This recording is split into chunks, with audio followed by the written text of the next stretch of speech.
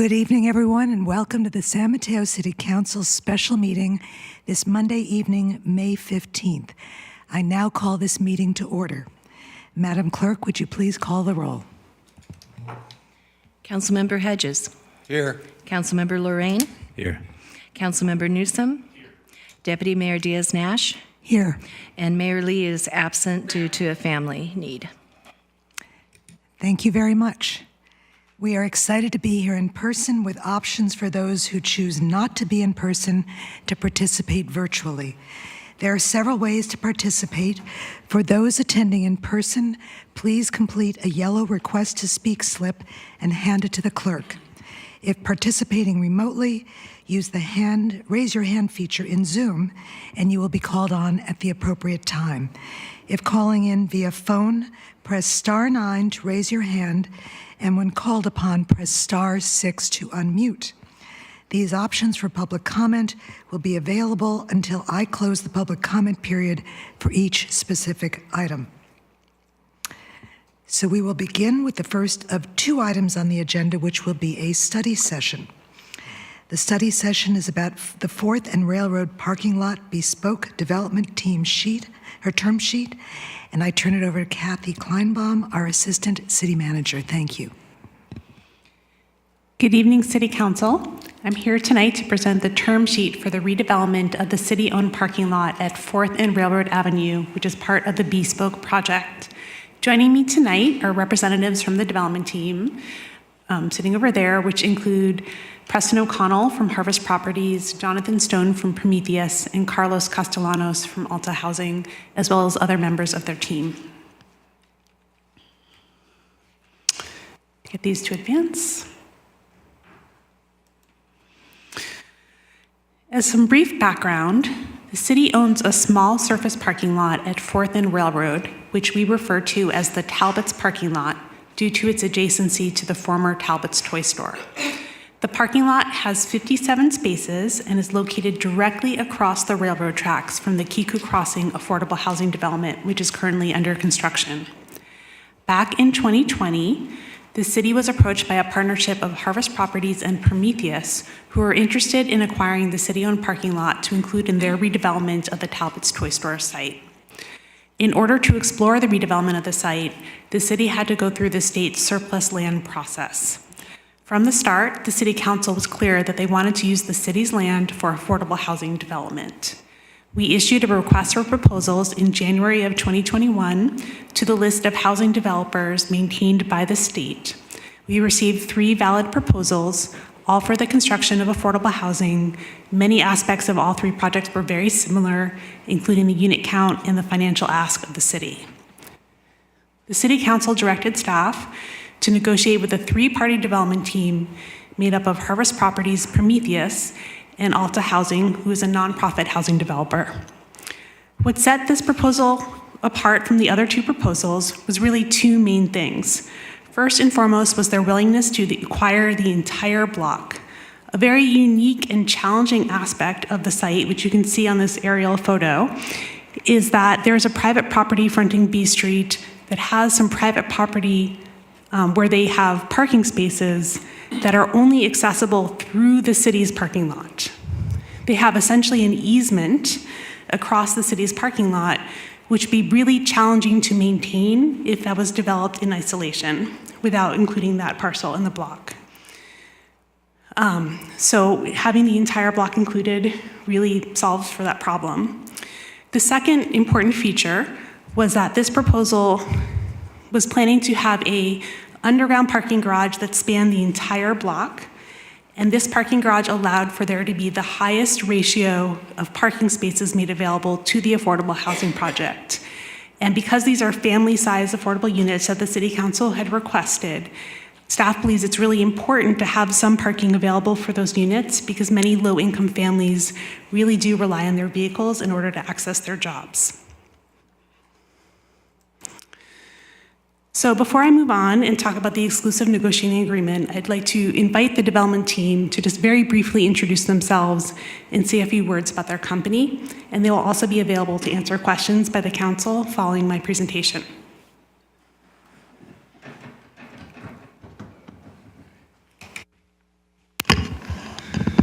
Can y'all hear me okay? Well, thank you, City Council. Whoops. There we go. Sorry. Technical error. Well, thank you, City Council, for having us this evening. My name is Preston O'Connell. I'm with Harvest Properties. And we're really excited to be part of the collective applicant team, which includes the city staff and our friends at Alta Housing, for the opportunity to work on this exciting public-private partnership that we call Bespoke. For a quick way of background, Harvest and Prometheus are a locally based real estate investment firm with a long history of working in the San Mateo community. And this is why we were so excited to be selected about 2 years ago to work on this very unique project that would bring forward, I think, a lot of things that meet the city's goals around affordable housing, helping elevate the B Street corridor, goals around working with local non-for-profits, and helping kind of improve the public spaces in the downtown as a whole. For us, this project is really fun to work on because it's a little bit of a unicorn because it has so much to offer the community, we think. And we would welcome the opportunity to answer any questions that don't get answered in this presentation. Thank you. Good afternoon. I'm Carlos Castellanos. I'm Vice President of Real Estate Development at Alta Housing. And I'm joined today by our Chief Operating Officer, Cheryl Klein, and a member of our project management team, Justine Tsai. Alta Housing has been around for 52 years and has been developing affordable housing on the peninsula. Particularly, we are focused on the northern part of San Mateo County and the northern part of Santa Clara County and the southern part of San Mateo County. And so we're hyper-local, and we're excited to be working in San Mateo for the first time, the city of San Mateo.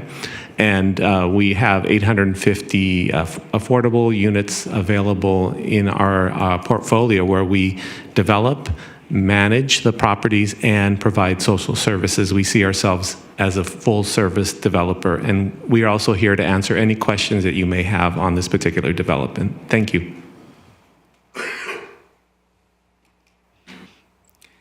Moving on, so the exclusive negotiating agreement, or ENA, for this project was approved by the City Council in October of 2021. It covered a 3-year period of negotiations, which allowed the development team to acquire the rest of the parcels on the block, do their due diligence for the site, which included environmental testing, and go through the city's entitlement process. To date, they are on track with all the milestones, and the project is in the middle of the planning review process. We are just starting negotiations on the disposition and development agreement, which is the agreement between the city and the development team that really governs our contribution of the land and our financial assistance for the project. Given that we're starting this, we thought it was timely to come back to City Council and just make sure that the council supports the deal terms that have been negotiated to date for this project. So the current project proposal, which is under review by planning again, includes the redevelopment of the entire block. The residential portion of the site includes 60 residential units in a 7-story building that are designed to accommodate a mix of ages and incomes, including a high proportion of family units serving income levels from very low up to the missing middle. At the request of the City Council, the residential also includes ground floor space along 4th Avenue, which will accommodate self-help for the elderly to allow for their move from the Central Park Recreation Center as part of the Central Park Master Plan. The housing building will be built entirely by Alta Housing. The commercial portion of the development, which will be built by Harvest and Prometheus in partnership, includes roughly 150,000 square feet of office space and 12,000 square feet of ground floor retail along B Street. The project has an underground parking garage with 118 spaces that spans the entire site. 38 of those spaces will be dedicated solely to the housing, and the remaining of the commercial spaces, a portion of which will be available for the residential use on weekends and evenings to further support the need for residential parking. Since the selection of the development team back in 2021, the project has evolved mostly due to the requested assemblage of the block. So as the parcel site has gotten bigger, so has the development project. The affordable unit count increased from the original proposal from 52 to 60 units. This did necessitate an increase in the city's financial contribution to the affordable housing to support these units. In addition, as would be expected, the office square footage increased due to the addition of the 2 extra commercial parcels.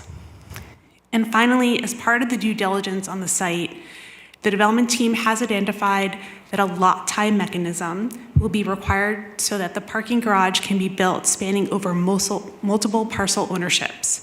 This is a mechanism that city staff is familiar with, that has been used in other projects in the downtown, and we're comfortable seeing applied here, but is really critical for this project to succeed.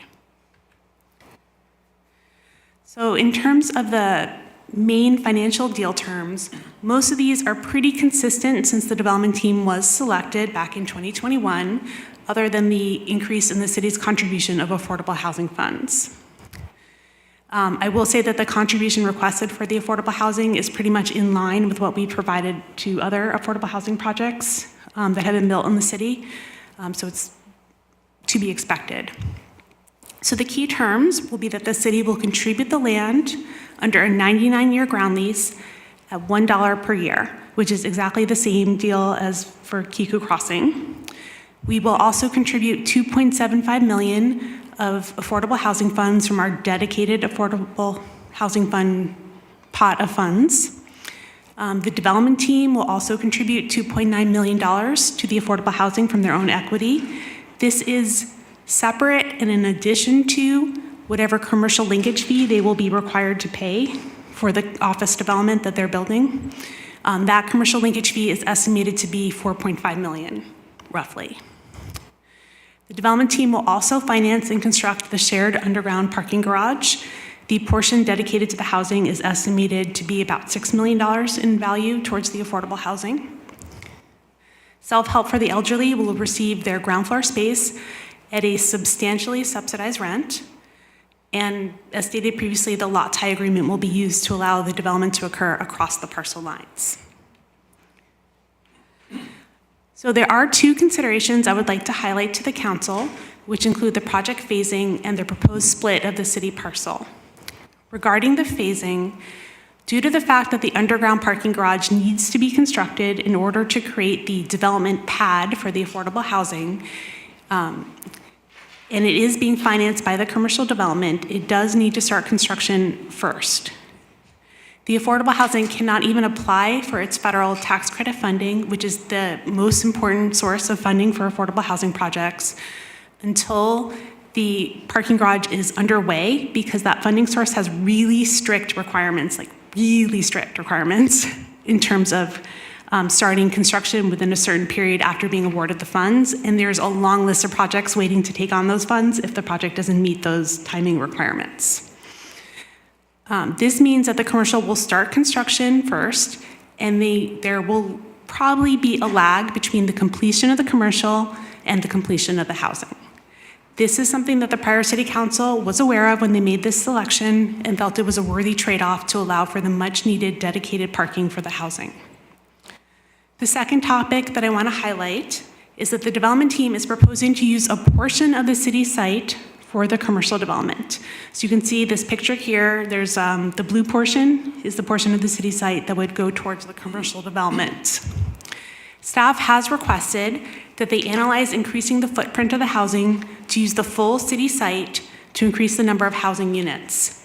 This will impact the financial terms of the deal, and they must still go through the analysis to figure out if it's financially feasible, both on the affordable housing side as well as on the commercial development side.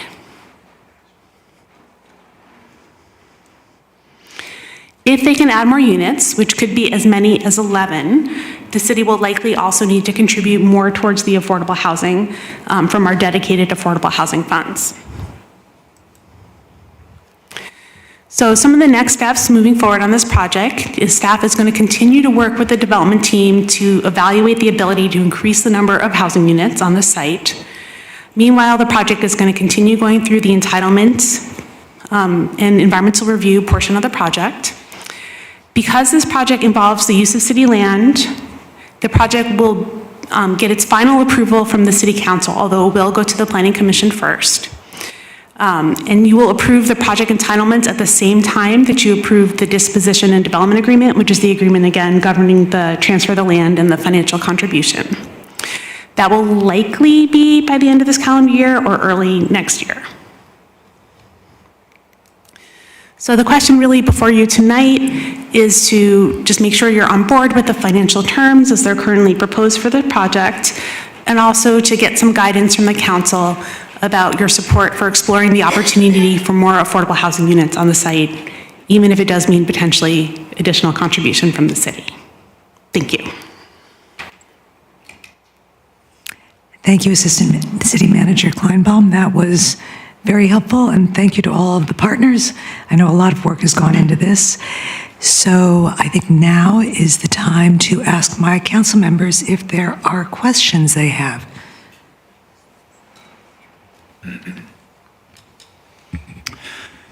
Thank you, through the chair.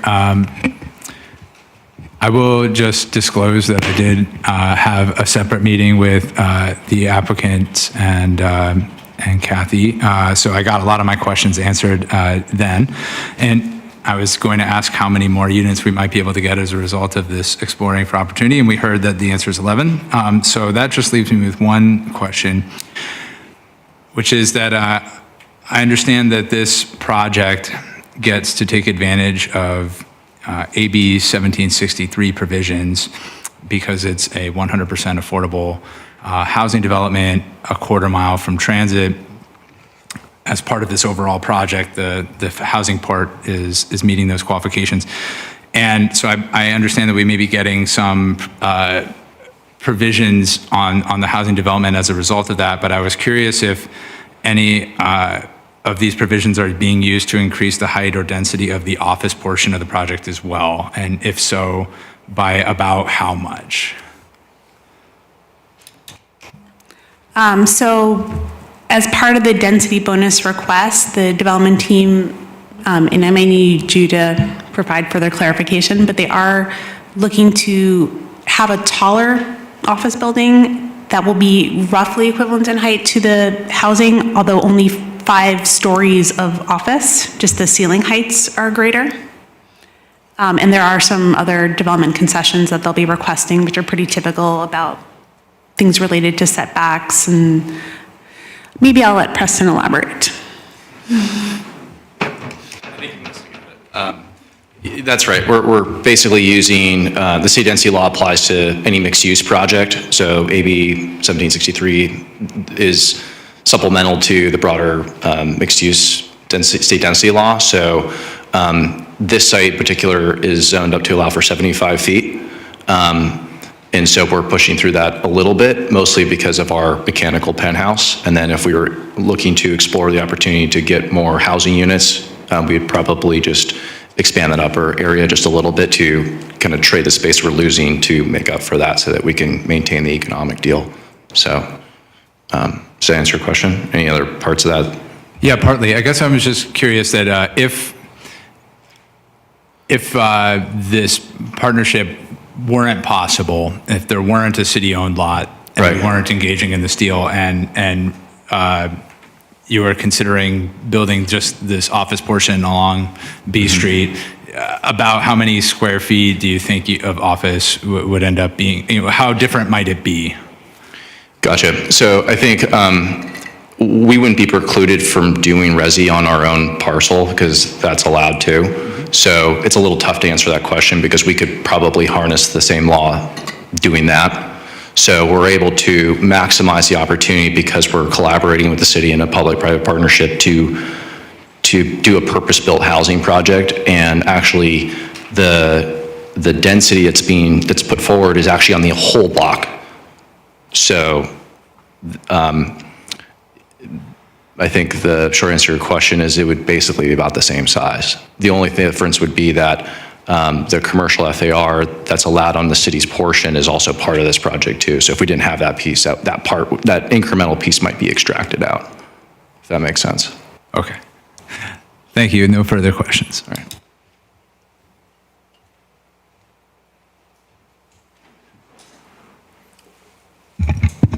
First, just let me say that I also had a meeting, and For further transparency, Carlos and I have spent time on committees together, so I know him pretty well. And his heart has always been in below market rate housing, so as well as mine. So I would really push to do more below market rate housing there if it's possible, if we can work something out. It's just the perfect spot. And the height doesn't worry me there because there's so many historical tall buildings as well as some new ones that are coming up. So it would not be out of place. I hope that we can get there. It's not going to be a killer for me on the project if we can't get there, but it would certainly be nice. I really don't have any other issues with the project. Again, I saw it last week through a meeting we had, and I think it's, as it stands, a pretty good project. It could be better with more housing. So no questions from you now? No. Thank you. And Councilmember Newsom. Sure. I don't know if this is a question, but I guess it is. I also should say that I did speak with Preston today by phone for like 20 minutes while in the car, so thank you for answering my questions. And also, all the questions that have been asked pretty much cover most of what I wanted to say. I guess the question is, how do we get those 11 more units? And that would be really it. Thanks. That's a good question.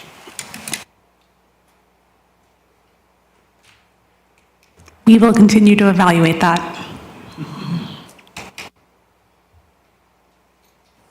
All right, then, thank you all for your questions. I also had a meeting with the property developers and Assistant City Manager Kleinbaum, so I feel that I've been well briefed. Had a couple of things. Number one, for our listeners and our attendees, could you define what family units are and how that's different from often what happens and the impact it has on density? Sure. So in this project, we have over 50% of the units are 2 and 3 bedroom units. And so those are considered family units because they accommodate children on the site, although the project also includes studios and 1 bedrooms, which can accommodate people of all ages, single adults, seniors. It varies, some projects are senior-only units, which allows you to get more units in the same size building. For example, when the city council was initially determining which development team to select, there was a proposal that had, I think, up to 90 units of housing, but they were micro studios for seniors. And at the time, the city council felt that the greatest need in our community was for accommodating a mix of unit sizes, which allow for seniors, but also allow for families. And so they selected the project that had the family-sized units. Great, thank you very much. And I know we received some public comment recommending that we look at the jobs housing ratio at an individual project basis as opposed to citywide basis. Do we normally do that? No, that's usually a ratio that's across the entire city. We don't really look at that on a project-by-project basis. Okay, I guess then a request related to that, if you could keep the council updated as projects come along, how that project impacts the overall job housing ratio, that would be really helpful. Then also, I know we keep asking, but are we doing absolutely everything we can to get the maximum amount of family units and affordable housing in this project? And what else can we do to make sure that the city's property is 100% devoted to affordable housing? As I mentioned, we'll continue to explore that with the development team. Given the current marketplace and what people are able to build, a 7-story building kind of really maxes things out in terms of what's feasible to develop. So I am confident that we are able to use the entire city site, that would be the maximum number of units we could accommodate. Okay, and we look forward to that happening. And then finally, has there been discussion, I know we're sort of at the term sheet level, but has there been discussion about the design? Because this is a project that is right smack dab in the middle of our historic district, and we want to make sure that any buildings that go there reflect our historic buildings and reflect the fact that they are in a historic district. So that discussion is ongoing as part of the planning review process. And so I do know that there's been review by Larry Cannon, our design consultant, and it will be coming back to Planning Commission for review and comment on the design. Okay, that would be very important. So, given that there are no other questions from council, I think it's time to open it up for public comment. Oh, excuse me, you do have a question. Given the ideal location for public transit with the 250 bus that goes to CSM, both train stations, and the 292 bus, as well as the El Camino Real bus, are you planning on offering through transportation demand management passes for residents or workers that are coming into the offices to work? So that is a requirement that the city puts developers through in the downtown. So that'll definitely be something that's discussed with the development team as the project advances. And that'll be part of the final agreement? Yes. Okay. Thank you. Any other questions? No? Okay, then, Madam Clerk, could we open it up for public comment? Thank you. We have 2 speakers. The first speaker is Linda Lam, and we're doing 3 minutes.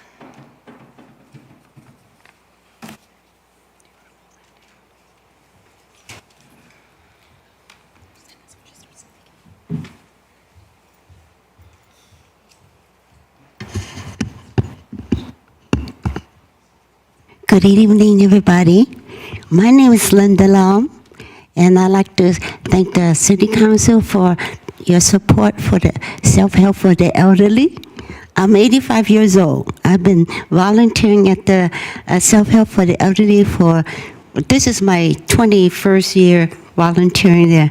Self-help for the elderly is our second home, our daycare center, and a safe place for seniors to go exercising our bodies and our minds.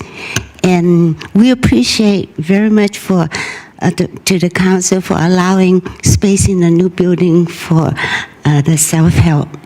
Thank you again for your support. That's it. Thank you.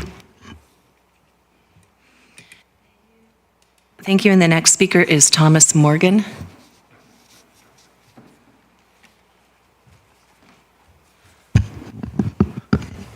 Good afternoon, evening, council. My name is Thomas Morgan. The comments are mine as a private citizen, not that of the committee or other neighborhood association.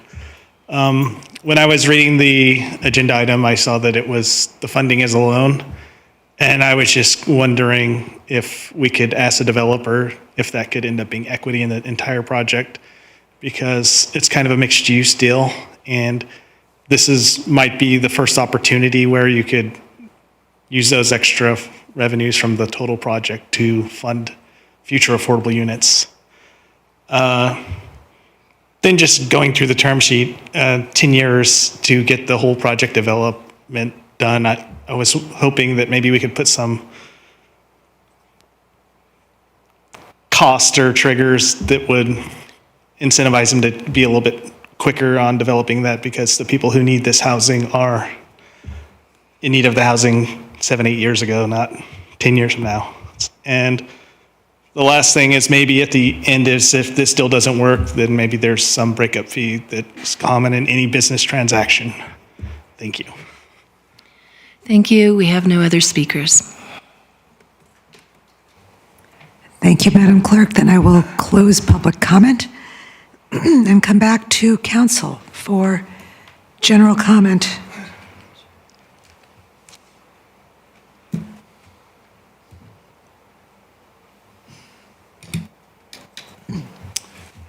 I can just say that as its position is now in, we haven't seen anything final, but I'm leaning toward liking it very much. Councilmember.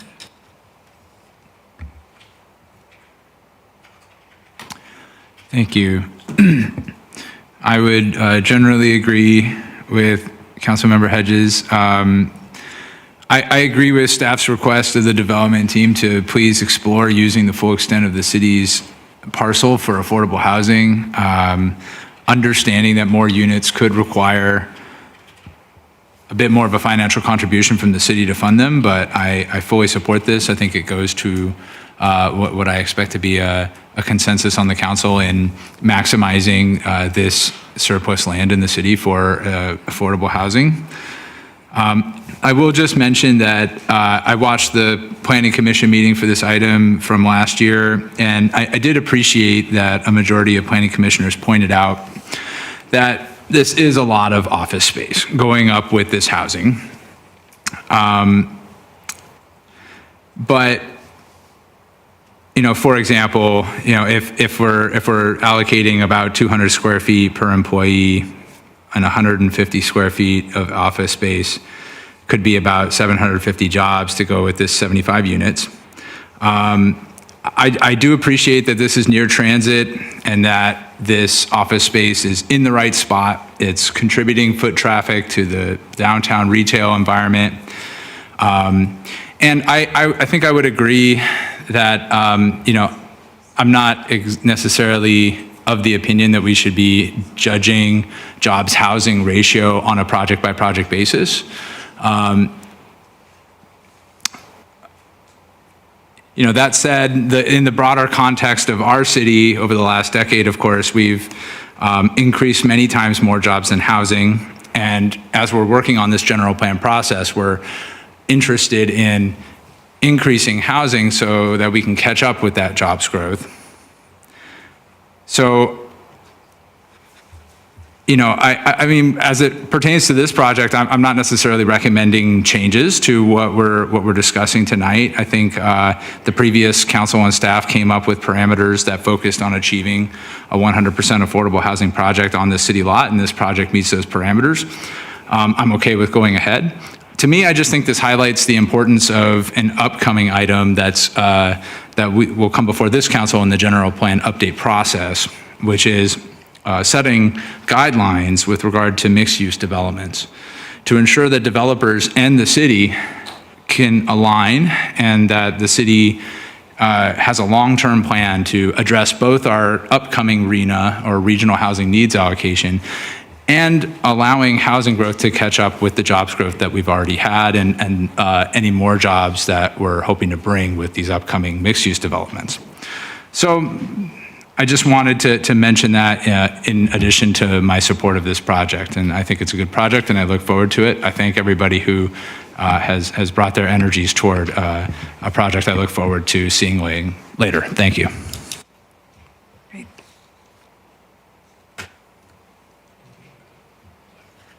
Nothing? Okay. Okay, seeing as how Councilmember Hedges has spoken and Councilmember Newsom has no further comment, I also would, confirm the current financial terms and support exploring the opportunity for more affordable units on site as hard as we possibly can. And I know that our partner is very open to that idea. So I look forward to you all coming together with the right conclusion on that so that we can say 100% of the city land is affordable, dedicated. I very much appreciate and support the focus on family units. I think the comment by the previous council was spot on. We not only want people to come to San Mateo, we want people to stay in San Mateo, have families in San Mateo, and grow in San Mateo. So this will be a very important addition to that. I definitely agree with Councilmember Hedges that the location near public transit and so many different types of public transit will make it even more interesting and exciting, and that we should look at every opportunity to take advantage of tests, pilots, whatever it is. It's just such a great opportunity. I agree with Councilmember Lorraine that we absolutely in the general plan have to address guidelines for mixed use. And that's really the place to do it because that's talking about the city on a long-term basis as opposed to individual projects, but I know we will be very interested when that comes to pass. I know when we were meeting with the developers, I was very encouraged that they were committed to moving as quickly as possible on the commercial and the parking lot as they could so that we could get to the affordable housing as quickly as possible and garnish as many of the financial opportunities and funding opportunities as possible. So that will be my question every day. How are we coming? How quickly can we go? And then also that we really focus a lot in the design phase on coming up with a design that not only is environmentally friendly, as was shared with me, and that's wonderful, but also very much reflective of the historic, the zone, the standards, and really echoes what we have in our neighborhood, because it's a very unique thing, and with all the development going on, we want to make sure it stands out and doesn't get drowned.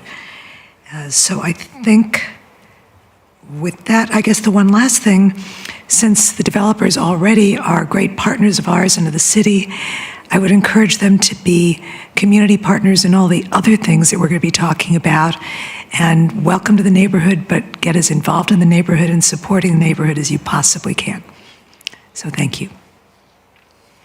So if there are no other comments, okay, then do you have what you need? Yes, thank you very much. Okay, great. Thank you very much. That's right. And thank you all very much. We look forward to future presentations.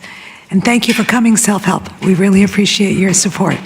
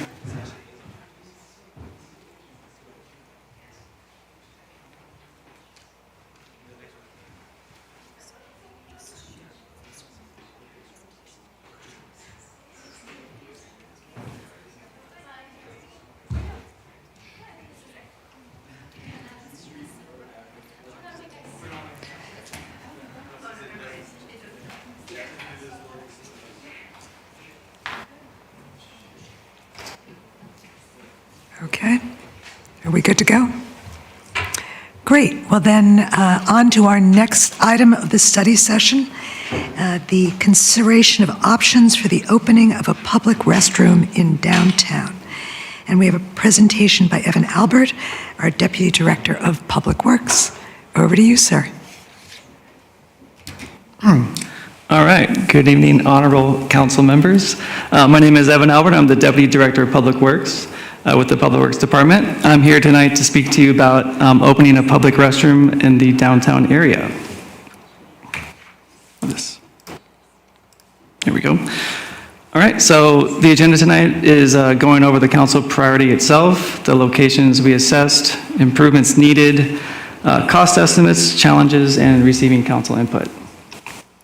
All right, just to refresh everyone's memory, this objective was set in fiscal year 2022 to 2023 as a council objective, and verbatim it is to identify options to open a restroom within city facilities in the downtown to the public, including evaluating costs to clean and maintain and safety and security.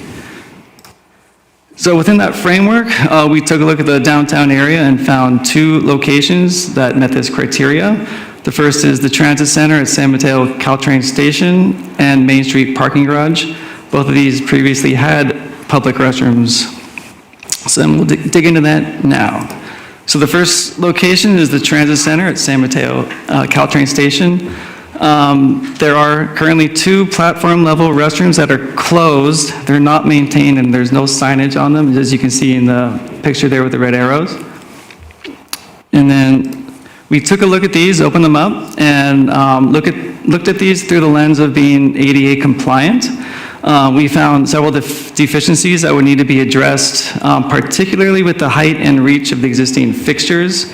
Those we would have to modify to be in compliance. And then the doors would need to be modified also to swing outwards. They currently swing inwards, as you can see. Some lighting improvements as well to be auto on-off, and they would need new signage. And this is all in an effort to be ADA compliant. So let's move on to the next location. This is the Main Street Parking Garage. There with the red arrow, you can see there are 2 2 restrooms there that are currently locked and available only for the downtown businesses where the city owns the building. I believe there's 6 businesses that use those now, and then the San Mateo Police Department substation. They access these restrooms now by key. So we opened these up as well and looked at these again through the lens of being ADA compliant. And the restrooms themselves are in pretty good shape. Really just need to modify the doors to swing outwards, and then new lighting and new signage. The issue that we found with these restrooms is with the path of travel. If you look at this next slide, if you were in the ADA parking space there, to get to the restrooms, you'd have to exit the building there on Main Street and go across First Avenue to get to the restrooms over there where the red arrow is. We looked at that, and there were several locations identified that would need to be re-sloped or regraded to meet current code compliance. So now if we look at the cost to do this, and this is for the minimum improvements necessary, this would not include any new walls or new finishings. For the transit center, if we wanted to fix up the interior of that building or those restrooms to be compliant, it's about $90,000. And then for the Main Street parking garage, to do the door modifications, lighting and signage, and then to fix the path of travel, that's roughly $100,000. And then additional items for consideration, definitely cleaning and maintenance. Currently, it's about $1,500 per month per location to do once a day cleaning and maintenance on average. If we wanted to explore doing twice a day or 3 times a day cleaning, you would just double or triple that price accordingly. And then for security, if we wanted to install a security camera, it's roughly $15,000 to hire a vendor to procure and install and integrate that camera into our system. So challenges that we foresee if we open up a public restroom is going to be obviously graffiti, drug use, again, maintenance and cleaning is an issue. We would like to have these in a well-lit area. And for security, we engaged with our police department and received some feedback from them. They would like to have the restrooms in a location that has high foot traffic, as well as the installation of security cameras. So this is where we are seeking council input on this priority. First, to confirm proceeding with opening a public restroom in the downtown area, preferred location, hours of operation. Do we want to do 24/7 or do like what Parks and Rec does, which is in general, and it varies by location, 7 a.m. to 9 p.m. And then funding. Currently, there's no funding for this, so any funding to do any of this work and the maintenance would have to come from the general fund. And that's my presentation. Happy to answer any questions you may have. Thank you very much. I think you gave us a lot to think about. So let's first go to questions from the council. Who has a question on this project? Councilmember Hedges? So we're not considering doing anything like in San Francisco, like at 16th and Mission, where you have a restroom that cleans itself every time it's used. Those are expensive. Correct, yeah. We stuck to the framework of the objective was to use existing facilities. So we did not evaluate looking at those independent. I think that's what you're talking about, those independent Right. ones that clean themselves. I've seen those too. We did not look into that for this exercise. When BART closed most of the restrooms, that was a stop for me occasionally. Get off the train and use it. So it's a good idea to use these facilities that are already there. And I wasn't quite clear, are we considering all of them or just? That's entirely up to the city council. And I have a question regarding vandalism or drug use. How prevalent do you think that would be in San Mateo? In my discussions with PD and then the Parks Rangers, it was a big issue previously. It sounded like these restrooms closed roughly 7 years ago. A lot of it was due to those reasons of graffiti, drug use, and people throwing things in the toilets and clogging them up. So yeah, from what I heard, it was a bit of effort to maintain those. Okay, thank you. Councilmember Newsom, do you have any questions? Well, I work in private sector, and I just moved a printing facility from Hayward to San Leandro, and I installed 14 bathrooms for about $28,000. So I guess my question, and they're all ADA compliant, so how is it that these numbers are so high? And I know there's a lot of factors, but I just have to ask, thanks.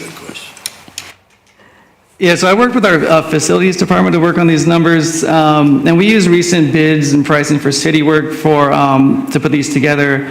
And to move the plumbing around is quite invasive. You have to take apart the walls and the flooring, which I think is a lot of the cost, at least for the transit center. For the Main Street, it was the regrading and sloping that would need to be taken care of, so there's just difference in prices there. But yeah, we based that off of, then that's for the 2 restrooms, not just doing one, and just using recent prices that we have received on recent bids. As a follow-up, both are single stall? Both are single occupancy, single stall, yes. Okay. And would we maybe, like the parks do, have a urinal in both of them as well? So, I think that from a cleanliness perspective helps, because if men use it, they only use that, they don't use the, sorry, it's just a little Understood, blunt. Yeah. We looked at just doing the minimum work needed to get them in compliance. I'm sure we could explore that too and add additional plumbing to do so. It would, with an additional cost, of course. Okay, thank you.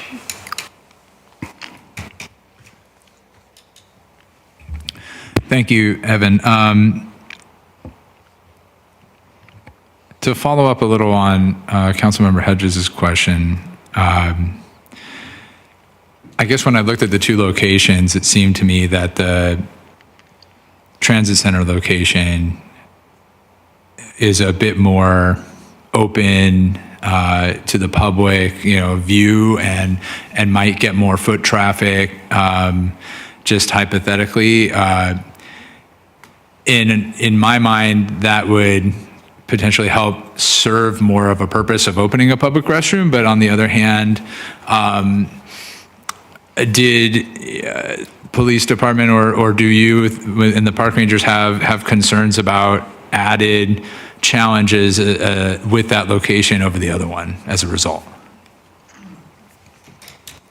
Between the 2, no, they didn't point that out at all, but it was more, they just wanted to have a well-lit area with cameras and then high foot traffic. So if that one has more foot traffic, then that would be more in alignment with what they would prefer to see.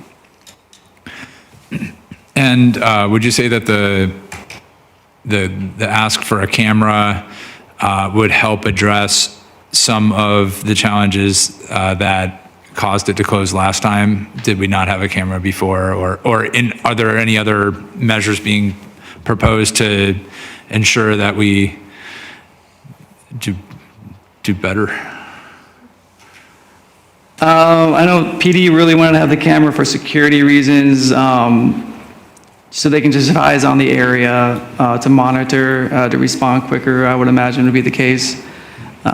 Beyond that, we didn't look further than that, just kept at the minimum work needed to be done to be compliant, really, with ADA. So through the Deputy Mayor, I think expand on that a little bit. I think, when we do projects throughout the city, typically we take an opportunity to look to determine if security cameras would help deter issues, and if not deter them, obviously provide for the ability to investigate them a little more closely. So I think this gives us, a little bit of an opportunity. If we have security cameras outside, I think it will act as a deterrent, and should things happen, would give us an ability to better investigate because we have some footage there. So, I think if we're going to do this, making the investment in the cameras makes a lot of sense.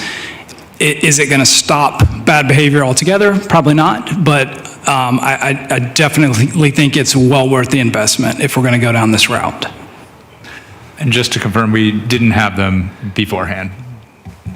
Not that I'm aware of, no. I was just confirming, yeah, whether we had them last time. And it sounds like the answer is no. Thank you. No further questions. Okay. Sure, please. Sorry, just along those lines. Does Caltrain have cameras already at the transit center that we could be sharing? I mean, I only ask because I used the public parking lot that Caltrain's has the other day, and I noticed there were dozens of cameras at the end of the parking lot. So I'm just curious, like, and same with the garage for that matter, like, do we already have cameras? Could we be adding on to the network and sharing the resource? Is that feasible? For the transit center, we haven't looked into that, accessing Caltrain. I haven't engaged with them. I do know that our IT department has an effort right now to consolidate our current camera system and be on the same, system software. So we would have to look into if that would even talk to one another. But that's something we could reach out to Caltrain about possibly. And then for the garages, we do have some cameras in the garages, but none of which that I'm aware of that point in the direction of the current restrooms. Any other questions? No? Okay, great. Thank you. I have a couple more. So am I correct in talking to people about this, that some of the reason why this originally came up was, number one, to give the public an option in the downtown where there was traffic to be able to have a public restroom. And number two, some local businesses just were reluctant to have non-customers come in and ask to use the bathrooms. Is that a fair understanding of history? Yes, that's correct. Okay, great, thank you very much. But the idea was to have it near the city center so that anyone could have a relatively easy opportunity to get there. Yes. Okay, great. Then, do other cities on the peninsula have public bathrooms? I just don't know the answer. I didn't look at other cities nearby, but we do have public restrooms in our parks, like Central Park. There is one there now that closes at 9 p.m. So at least in the area, there is within the parks at least, there is a restroom. There is, yes, okay. Yeah. And then, I find it odd, if I didn't understand this correctly, that Caltrain doesn't have any public restroom that is open to the public today. Is that correct? At San Mateo Station, that's correct. I was just, I don't ride Caltrain enough, but I'm not aware of any though. I know on the train themselves, I believe there is a restroom. So I didn't answer that. I think we have someone who Oh, might there be we able go. to. Well, I'm sure Councilmember Hedges could answer it too, but I just wanted to mention that at least at 4th and King in San Francisco, there are significant facilities. Yeah, in the city there certainly are. So anything you want to add to that? Of all the stations that I get off and on, there's no public restrooms with Caltrain. And of course, BART's now talking about opening some back. They closed a lot of their public restrooms, but the older trains have a restroom on board. It's nasty, but it's a restroom. Excuse me, Caltrain, but it's true. Yeah, I guess my point was I just want to make sure we're not subsidizing Caltrain if they have an obligation to do that. You're correct, yeah. We're not subsidizing. Okay, just if they have a requirement. No. Okay, just want to make sure. Okay, and then was there any discussion about doing this as a pilot? Seeing as how there were so many concerns about previous and we're doing some different things, take like a 6-month period to see how does it go? Do the cameras help? There wasn't specifically a discussion about doing this as a pilot. We're certainly not precluded from opening, seeing how it goes, and then closing. We just have to consider the investment that we're going to make to get them into appropriate shape to make them properly accessible. Right. But we would have the opportunity if, let's say, after 12 months, we see that things are not being handled well. We could make the decision, okay, we're going to close it just like the decision was made before to close it. Yeah, I think it depends on how we structure the contract, the cleaning contract, because we're going to have to amend that contract to include the additional service. So it's a matter of how we structure that contract, but we certainly can structure it to be flexible. Okay, thank you. Those are all my questions. Any other questions? No? Then I think it's time to open for public comment. Okay, thank you. We have one speaker for this item, and I want to just make a note for the record, we're having technical difficulties with our usual video clock, so we're going back to the old school clock right in front of you here. So the first speaker is Luke Cohen. Hi, I just want to say welcome to the new council. I think I've met some of you, not all of you, and hello to the city staff. So, first off, I got a lot to say on this subject, I must say. I'm a downtown business owner. B Street Books has been downtown for almost 15 years. And I get asked on a busy Saturday 20 times, do you have a bathroom? 20 times on a Saturday. I think having a place to pee for our visitors is a basic human right. Every world-class city in the world has places to go to the bathroom. The park's too far, the transit station, the garage, they're closed. I direct people to Pete's Coffee, to be honest, because they do have a bathroom. But it's really not fair to them either. And I think we should do what it takes. We shouldn't be talking about if, we should talk about where and when and figure out a way to pay for it, because it just is a human right. I started this conversation as I became involved with the DSMA. I took a deep dive into the whole bathroom thing. I had city staff and Public Works come to a presentation at one of our board meetings where we talked about a lot of alternatives. I know about, there are a lot of issues around public bathrooms. Cities don't like them because they're hard to maintain, and there's drug use and graffiti and crime and all this stuff. So it turns out there's a company out of Portland that is making a prefab bathroom that's similar to the one that I think Councilmember Hedges talked about, but it doesn't have quite as many bells and whistles. No, keep going. Can I keep going? Okay. But so it's made with prison-grade toilets, and the paint on it is made so you can't put graffiti on it. It comes up to about your knees so you can see if there's people inside it. There are a lot of parts to it that make a lot of sense. The back of it has a closet with cleaning supplies and a hose and paper goods. We have people downtown that clean up all the time anyway. We could have them go on, as part of the route, clean this bathroom twice a day or 3 times a day or whatever. We can work through that.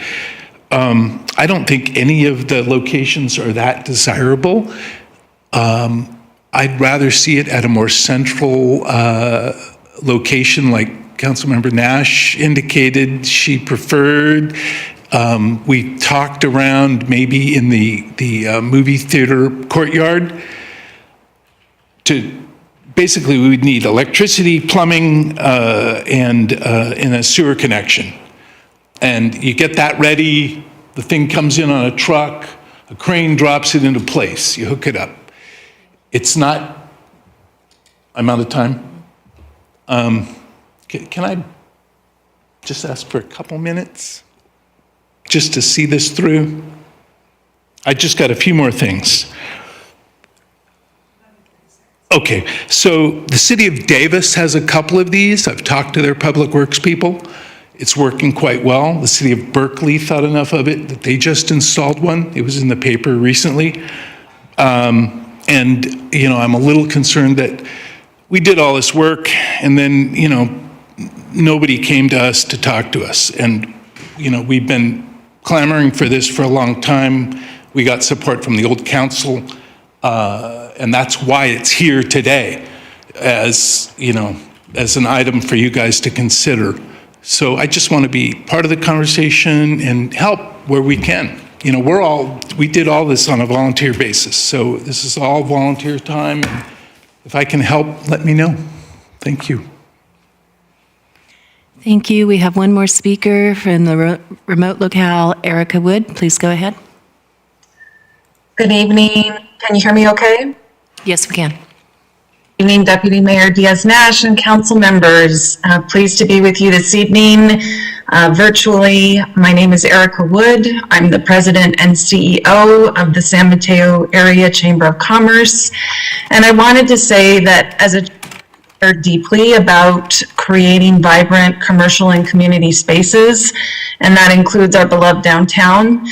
And I think that having access to clean, safe, and accessible public restrooms is not only important for personal and public health reasons, but also to promote and support our local businesses.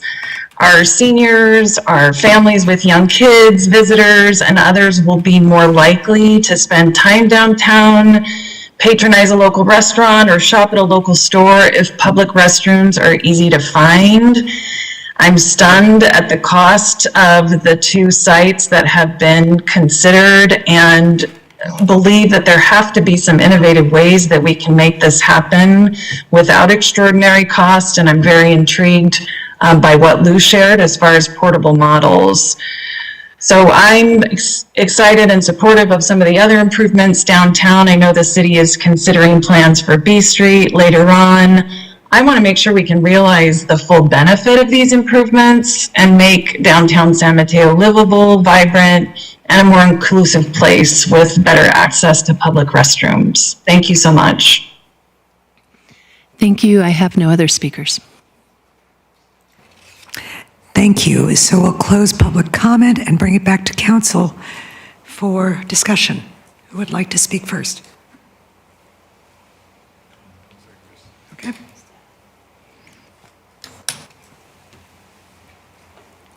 I would like to see as many locations as we can afford. I'll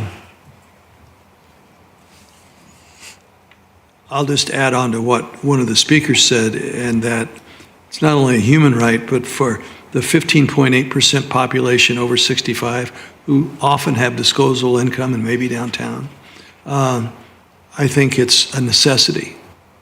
So I'd also like to investigate what Lou said about, and he's talked to me about it. I'm the delegate from the council to the Downtown Association. Like to see us look at his idea as well. On the idea of crime and drug use in the restrooms,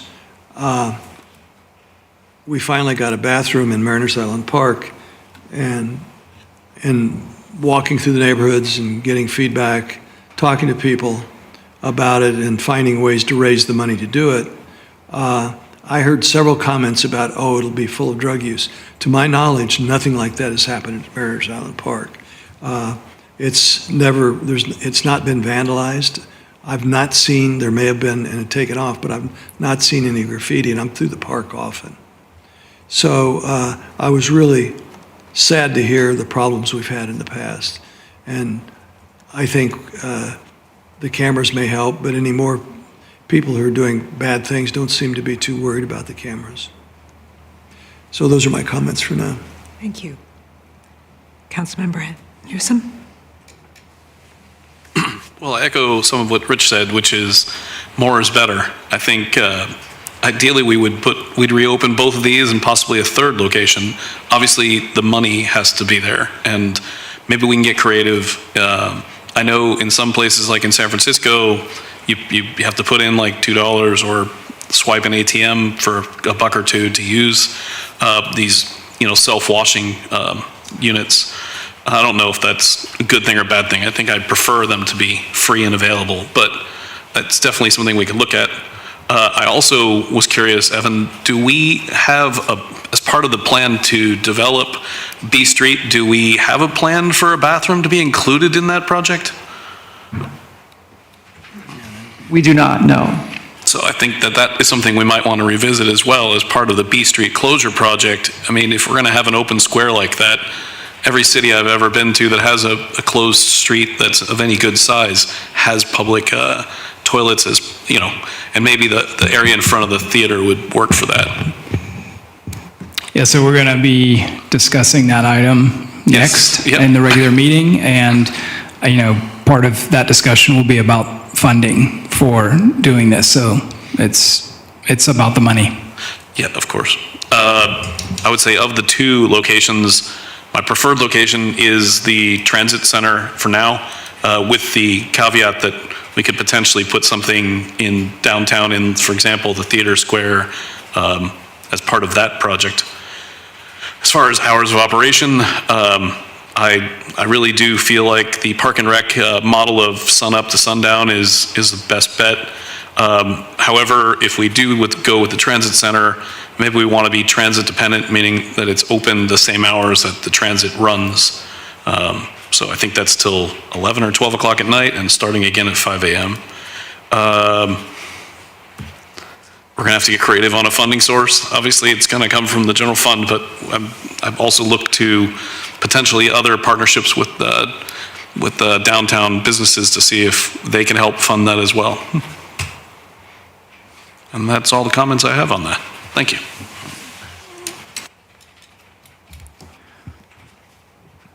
Thank you. I'm certainly interested in proceeding with opening a public restroom downtown. I'm not against opening more, but I would say that with regard to the two locations that are being presented, I don't necessarily have a strong preference. I feel like each of these has pros and cons. But they're also within a block of each other, and it's not that different. I do think, given a bit of discussion about the downtown area, its relationship with the pedestrian mall, I'm warming up to the Main Street location more. If we just had signage beyond what we had now, which I guess might be an additional consideration, then it would theoretically be a little more tied to the part of Main Street that people might use as pedestrians and be a little bit closer to more of what we're doing downtown. But I still see the transit center location as being a little bit easier to find and perhaps in that way accessible. So no strong preference. I would be fine with going ahead with Park and Rec style, 7 a.m. to 9 p.m. opening hours to start. I am okay with the funding source being the general fund, and I think I would agree with fellow council members about continuing the conversation, going ahead with the previous council's priority, and then taking an opportunity perhaps to check in on it after some time and consider where we'd like to go from here, if we'd like to add another one, and if so, how might that interact with what else we have downtown and how we would fund it and so forth. Thank you. Did you want to say something else? I like the idea that was brought up about the area around the theater, but we really should check with, I'm sure you've already thought about this, check with the theater as well as the business just surrounding it.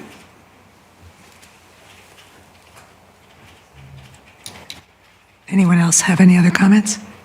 No? Okay. Thank you. I think it's been clarifying as well as a detailed discussion. And thank you very much, Mr. Cohen, for coming down and giving us a bit of history and context. That's really, really helpful. I think there is general preference for going ahead with opening a public restroom downtown. I would suggest we start with one and not try and boil the ocean all at the same time. I'm also extremely concerned about where the money is going to come from and what else we can do with it. So I would recommend only one. I think it's worthwhile perhaps for you to speak with Mr. Cohen or others about this other option that he's suggesting, and if it's considerably cheaper, faster, positive, then, come back to us and say, hey, it makes more sense to do this versus that. If it doesn't, that's fine too. I think if we were talking about just the two options, I would also go, even though I prefer something closer to the downtown, I think as a person, trying to find it in the garage would be really difficult. And that may be why it was put there in the first place, I don't know. So I think the transit location might have some benefit that way. I would love to talk to Caltrain about maybe they could help us fund it, because it's their customers too. So I think that would be a wonderful conversation to have. I think the 7 a.m. to 9 p.m. makes sense, because it just makes it easier for the crews that are going to be cleaning, just have everything as uniform as it possibly can be. I like the idea of signage, so people are going to have it. We want people to be able to find it. I really appreciate City Manager Corbett's suggestion that the contract could be constructed in such a way with the cleaners so that if something happened and we just decided, whoa, this is not working, we would not be locked in for 5 years, or whoever we have to negotiate with. I think that flexibility and that we do have we go back and review so that we have an opportunity to make improvements or changes. That's where I am. So, any comment? Yes, thank you. So I'm not, maybe it's just me, but I'm not crystal clear on the direction. I do hear consensus from the four of you that there is interest in opening a public restroom. And I also hear consensus that we start at the transit center, but one thing I was not clear on was because our next step, if that's the direction, is to go out and bid it, to come back for the contract for the work. But I also heard, but let's also explore an alternative to the transit station and Main Street and find out if that's cheaper, faster, better. Those are two separate things. So if that's the desire, we will evaluate that and then come back with another study session. So which direction does council wish for us to go? Well, a question I would have, excuse me, I should ask others first. Councilmember Hedges. I think what I heard was two people wanted more if we could get them. I think everybody was pretty centered on the transit center to begin with. And I think that we wanted to explore what Lou came up with from the Downtown Association about these portable restrooms. I get, yeah, and I think we're saying the same thing, but what do you want us to do now and immediately? And, if we do more, it's more money, which we don't have funding for. So we're already saying this is not funded. So if you want us to go with the transit center, we'd go out and bid the project, come back most likely for the award of contract unless it happens to be under my signature authority. Or do you want us to go and do that and look into doing another restroom, or do you want us to look into doing another restroom and come back before we do anything? And I'm sorry, I don't mean to be obtuse about this, but I want to get this right, because this is funds that we don't have available right now. So I think what I heard was the train station, and then what is not as clear to me, and we maybe should go around again, is the portable at the theater. That's what I would like. Start with the train station. At the same time, just engage on if it would be possible to do it, not necessarily doing a contract for it. Did you want to say something? Yes, and if I could suggest, I think I wonder if the council would be amenable to going ahead with the transit center location restroom tonight, but perhaps consider a study session in a year's time in which we take a look and see how things are going with that, and then perhaps consider other alternatives or new ideas. And I suppose, we could, I don't know. If I could, I think that's a fantastic idea. I mean, especially given the nature of what we're doing and our history with it, getting it in place and then coming back with how things are going after 6, 9 months, a year. making that determination, then determining what the next steps are, I think would be a great option if council's amenable to it. So I agree with that, but I would like to spend maybe a half a day of personnel time investigating the option that Mr. Cohen was talking about. Well, I think what we would do, I think we can have it both ways there. I think as we prepare to come back, part of that evaluation would be what other alternatives are out there. Good. So I think we're all on the same page on that. Yeah. The only other add is that as we look at the B Street closure and build out, that we could also tie that potentially that theater location into that project. Which still could be 6 months or a year out, but you understand what I'm saying? Like, I do, and I don't think the type of work we would be doing on B Street would necessarily mean that, we need to do this now, or we couldn't do it in the future. So yes, Right. I think the answer to that question is yes, we'd probably be okay doing that. absolutely. Thank you. And the only thing I would add is that I would like Caltrain to be questioned to see if there's an opportunity, if we are doing it at the Transit Center, for some kind of cost share. The answer may be no, thank you, but I think it's worth an ask. So, any other comments? Are you clear? Are you clear? Yes. Do you have what you need? Yep. Okay, good. Thank you all very much. Thank you. Thank you.